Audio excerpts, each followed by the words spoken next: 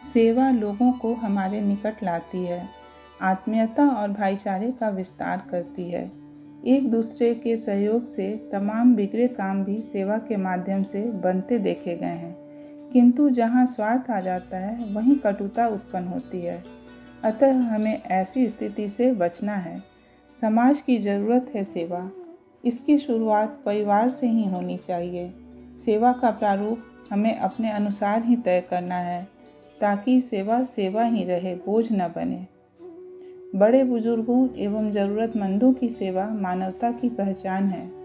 इन्हीं आदर्शों और मूल्यों के कारण विश्व में भारतीय संस्कृति को गौरवशाली स्थान प्राप्त है, जिसे हमें अक्षुण्ण बनाए रखना है।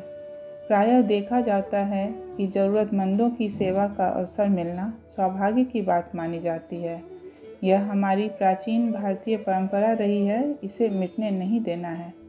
सेवा के बदले किसी से कोई अपेक्षा, आकांक्षा या अभिलाषा का कोई स्थान नहीं है।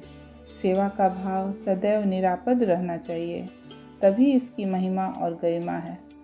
निस्वार्थ भाव से की गई सेवा से ही आत्मसंतोष व आत्मसम्मान मिलता है। सेवा के मार्ग में आने वाली बाधाओं में स्वार्थ व कामनाएं प्रमुख हैं। यदि निस्वार्थ भाव से सेवा की गई है तो निश्चय ही उसका फल सुख और शांति देने वाला होगा। प्रभु के निकट सेवा के द्वारा भी पहुंचा जा सकता है। सेवा का क्षेत्र व्यापक है, जिसके अंतर्गत समाज सेवा भी आती है।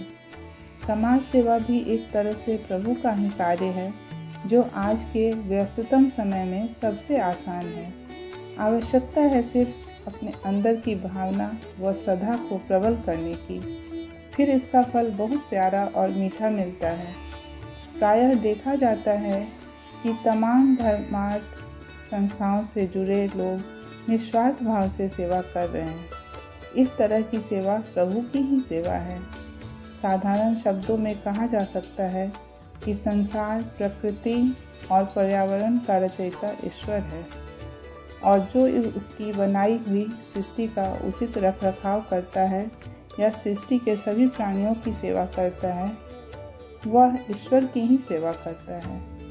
सेवा से आत्मसंतोष मिलता है। सेवा के लिए धन दौलत की जरूरत नहीं होती, केवल भावना होनी चाहिए।